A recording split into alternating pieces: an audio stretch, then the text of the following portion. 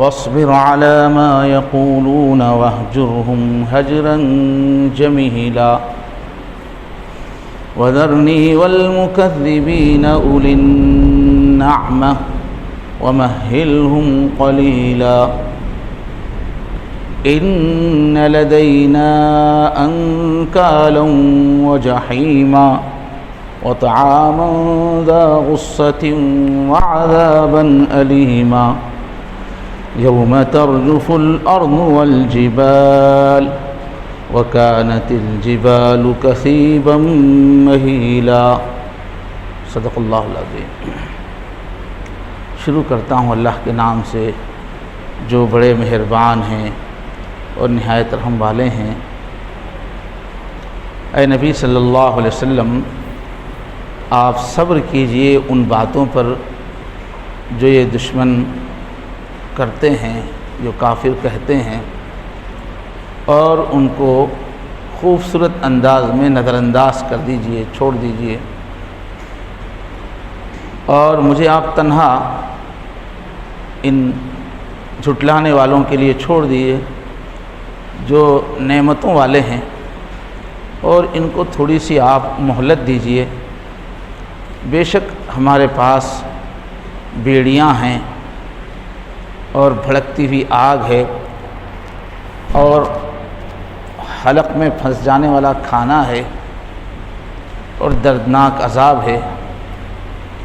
یہ سب اس دن ہوگا جب کہ زمین اور پہاڑ لرزنے لگیں گے اور پہاڑ ڈھیلے اور کمزور ہو جائیں گے۔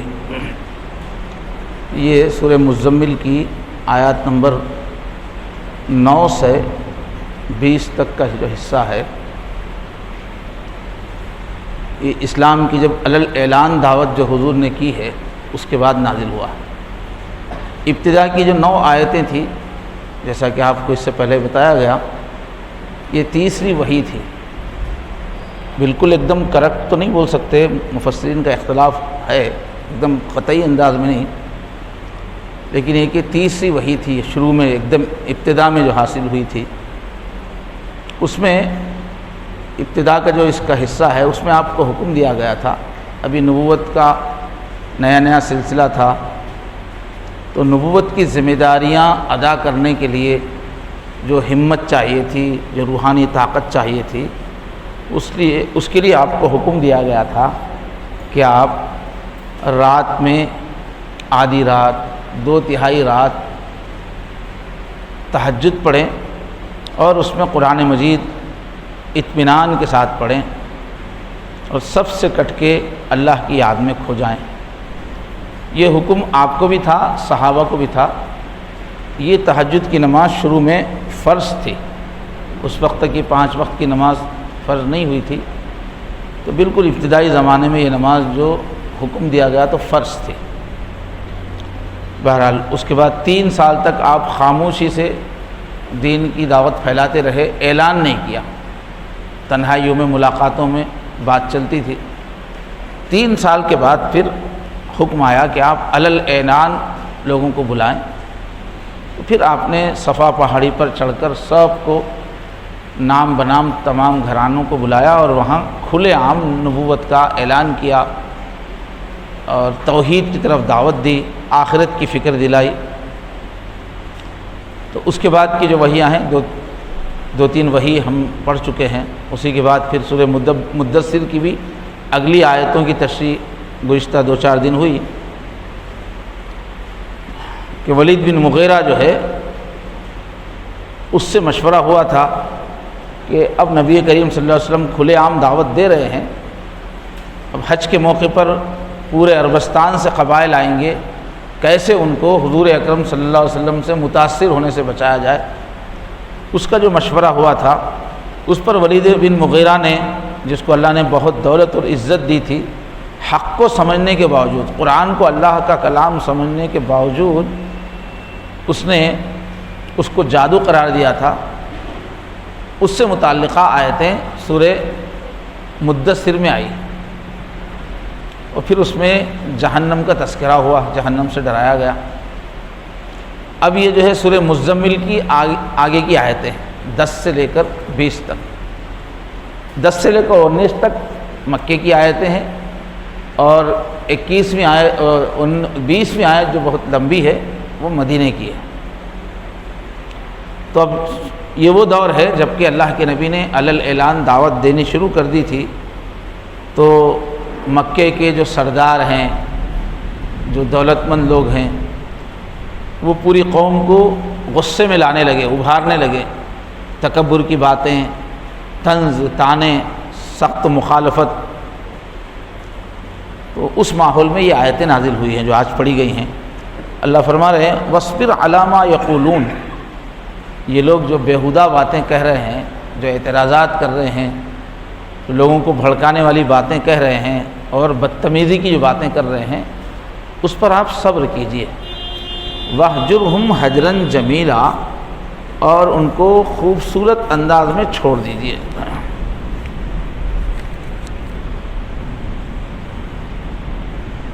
یعنی یہ جو مالدار لوگ، نعمتوں کی زندگی گزارنے والے، لگژری لائف گزارنے والے سردار، یہ جو حق کے دشمن ہیں، یہ جو بکواسیں کر رہے ہیں، صبر کے ساتھ اس کو نظر انداز کر دیجئے اور معاملہ ہم پر چھوڑ دیجئے، نمٹنے کے لیے ہم کافی ہیں۔ تو فرمایا جا رہا ہے کہ ان کی بیہودگیوں پر صبر کرو، واصبر، اور اپنے موقف پر ڈٹے رہو۔ صبر کے اردو میں جو معنی ہے وہ کسی کی بات کو سن کے برداشت کر لینا ہے، لیکن عربی میں اس کے معنی ہے ڈٹے رہنا، ہر حال میں اپنے موقف پر ڈٹے رہنا۔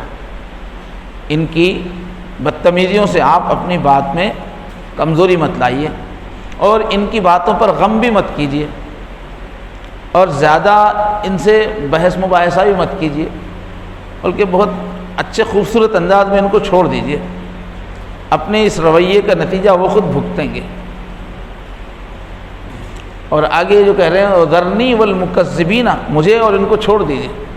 تو اس کا مطلب یہ نہیں ہے کہ ان کو دعوت دینا چھوڑ دیں، دین ان تک پہنچانا چھوڑ دیں، تبلیغ بند کر دیں۔ یہ ہے کہ ان کے منہ مت لگیے۔ یہ اگر بدتمیزی کی باتیں کر رہے ہیں، الٹے سادے اعتراضات کر رہے ہیں، تو اس میں آپ تفصیل میں مت جائیے، بات کو آپ منقطع کر دیجیے، اور ان کی بدتمیزیوں کا جواب بھی نہ دیجیے۔ اور ان کو آپ جو چھوڑ دیں گے، گفتگو جو ختم کریں گے، اس میں بھی غم کا اظہار نہ ہو، غصہ اور جھنجھلاہٹ نہ ہو۔ ڈانٹ ڈپٹ کے غصے کے ساتھ مت چھوڑیے، بلکہ خوبصورت انداز میں آپ ان کو، یعنی اس وقت جو بدتمیزی کی گفتگو ہو رہی ہے اس کو چھوڑ کے ہٹ جائیے۔ پھر آپ کے اندر کوئی شکایت بھی نہیں ہونی چاہیے، اور انتقام کا کوئی جذبہ بھی نہیں ہونا چاہیے۔ یہ سب حجر جمیل میں سب آ رہا ہے، خوبصورت انداز میں چھوڑ دیں۔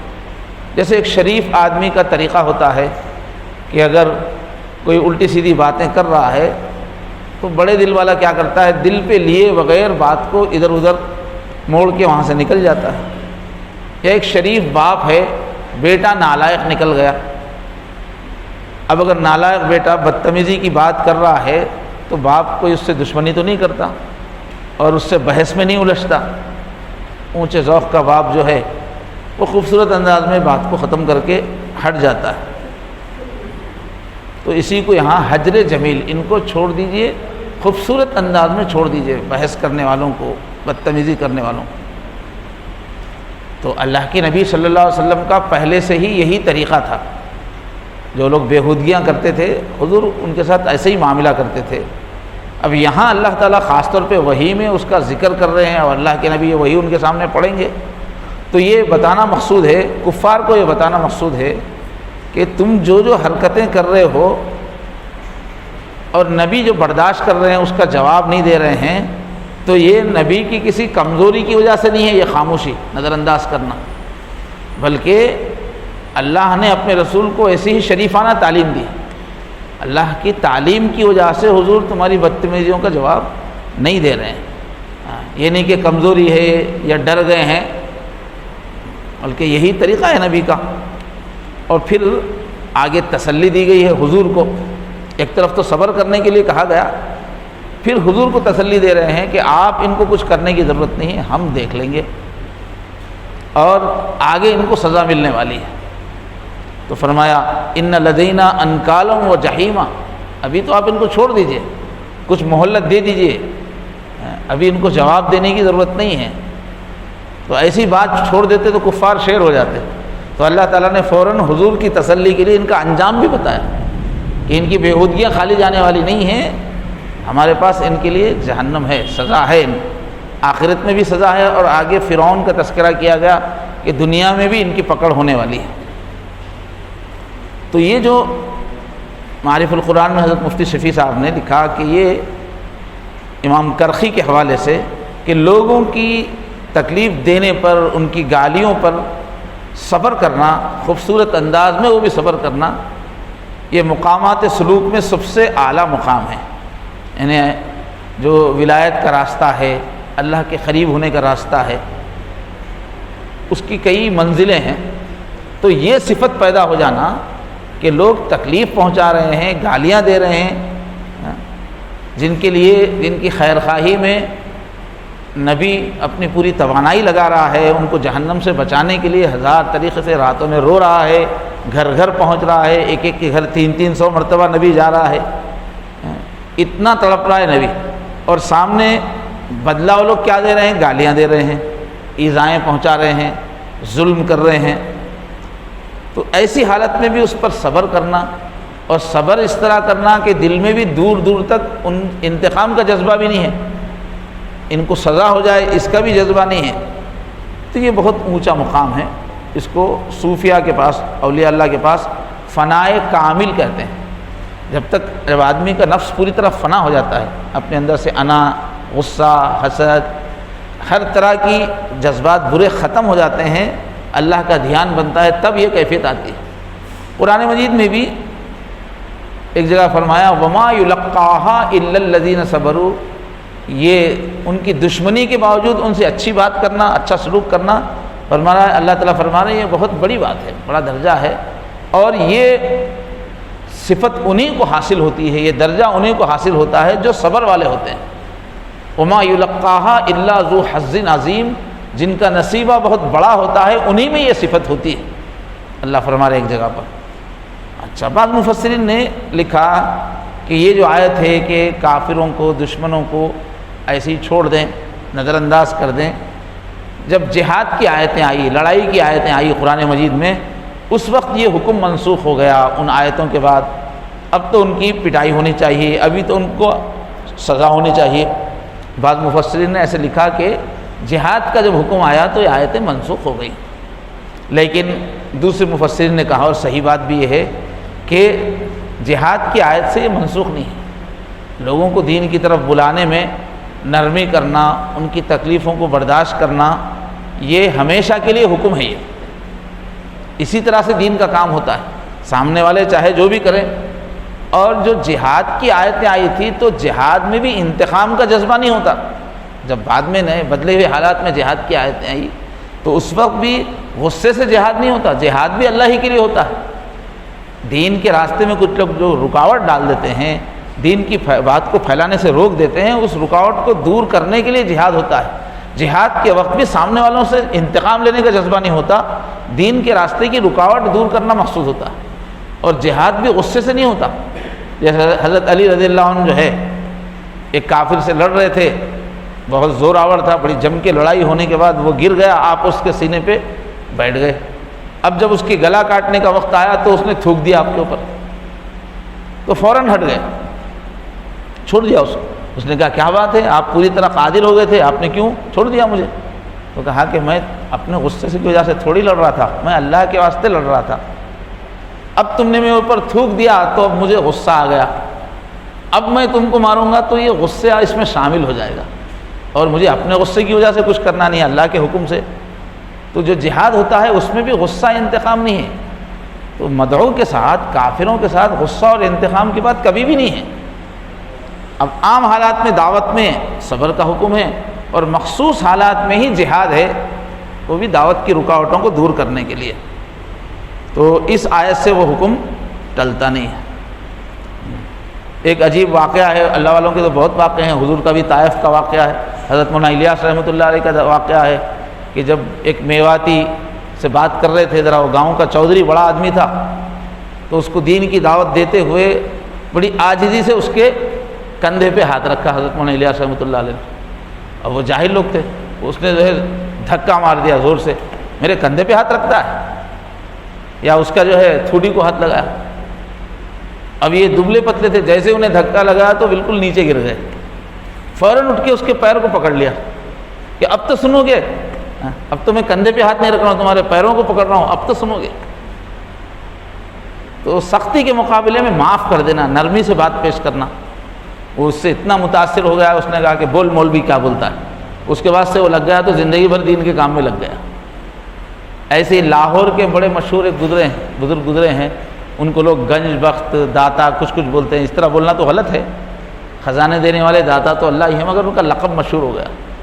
تو ان کا قصہ یہ ملتا ہے کہ وہ وہاں بڑی ندی ہے، لاہور کے پاس دریا ہے، اس کو پار کر کے جانا پڑتا ہے۔ تو ایک مرتبہ وہ کشتی میں بیٹھ کر جا رہے تھے۔ اب وہ کشتی میں جو ہے تفریح کرنے والے غافل قسم کے، شرابی قسم کے لوگ اس کے اندر بیٹھ گئے تھے۔ یہ اس میں جا رہے تھے، یہ انہوں نے حجامت بنائی ہوئی تھی بالکل ٹنڈ، جس کو ہمارے پاس صفائی بولتے ہیں، تولی بولتے ہیں، بالکل سر بالکل صاف کر کے، چکنا سر تھا۔ اب یہ بیٹھے کہ اب اتنی دور جانے میں وقت ہے، تو انہوں نے مراقبہ شروع کیا، آنکھ بند کر کے اللہ کا ذکر شروع کر دیا۔ اب وہ غافل قسم کے لوگ تھے سب، تو اس میں بچے بھی تھے۔ ایک بچے نے دیکھا کہ ان کا سر اچھا طرح، تولی جو ہے اچھا چمک رہی ہے ان کی، اور بچے جہاں جمع ہوتے تو شرارت، تو ایک بچے نے آگے قریب سے دیکھ کے اس پہ ایک لگایا چاٹا، اور دوسرے بچے نے دیکھا تو اس کو بھی پھر جوش آیا، اس نے بھی لگایا، اور لوگ ہنس رہے ہیں، ابھی اللہ کے ذکر میں بیٹھے ہوئے ہیں۔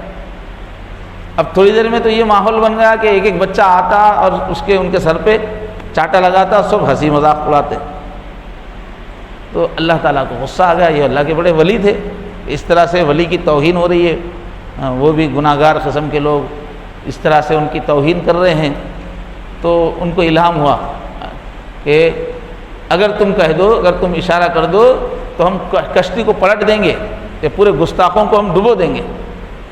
تو فوراً انہوں نے اللہ سے کہا، یا اللہ اگر آپ کو کشتی الٹنا ہی ہے تو ان کے دل کی کشتی الٹ دے۔ یہ دعا کی انہوں نے، بجائے ان کے جسموں کو یہ کرنے کے بجائے ان کی دل کی کشتی الٹ دے، یعنی ان کو ہدایت دے دے۔ چنانچہ کہا جاتا ہے کہ جتنے وہ کشتی پہ لوگ تھے وہ سب لوگ ولی بن کے مرے، ایسی زندگیاں ان کی بدلی۔ تو لوگ تو توہین کر رہے ہیں، لیکن داعی کا کام کیا ہے کہ اس وقت بھی غصہ نہیں، انتقام نہیں، اس وقت کی دعا ان کی قبول ہوتی ہے۔ تو داعی تکلیف جب اٹھاتا ہے اسی سے دعائیں قبول ہوتی ہیں۔ ٹائم ہو گیا ہے نا؟ ٹھیک ہے۔ اللہ تعالی ہم سب کو بھی جو ہے اللہ کی خاطر صبر کرنے والا بنائے، اور داعیوں کے آداب نصیب فرمائے، اور دین پھیلانے کی توفیق نصیب فرمائے۔ ہم تو جا کے کسی کو بات ہی نہیں کر رہے ہیں، بات کرنے کے بعد پھر صبر کرنے کا مرحلہ ہے۔ یہ سب قرآن اس لیے ہے، قرآن میں جو قیامت تک ہم سب پڑھنے کے لیے قرآن جو رکھا گیا، یہ سب چیزیں اس لیے ہے کہ ہم بھی دین کی دعوت دینے والے بنیں۔ اسلام میں خود اکیلے دین پر چلنا کافی نہیں ہے، دوزخ سے بچنے کے لیے انسانوں کو اللہ کی طرف بلانا نجات کے لیے شرائط میں سے ہے۔ جب ہم دین کا کام کریں گے تو یہ سب ہدایتیں ہم کو جب سمجھ میں آئیں گی۔ اللہ تبارک و تعالیٰ مجھے اور آپ سب کو عمل کی توفیق عطا فرمائے۔ سبحان اللہ و بحمدہ، سبحانک اللہم و بحمدک، ونشہد ان لا الہ الا انت، نستغفرک و نتوب الیک۔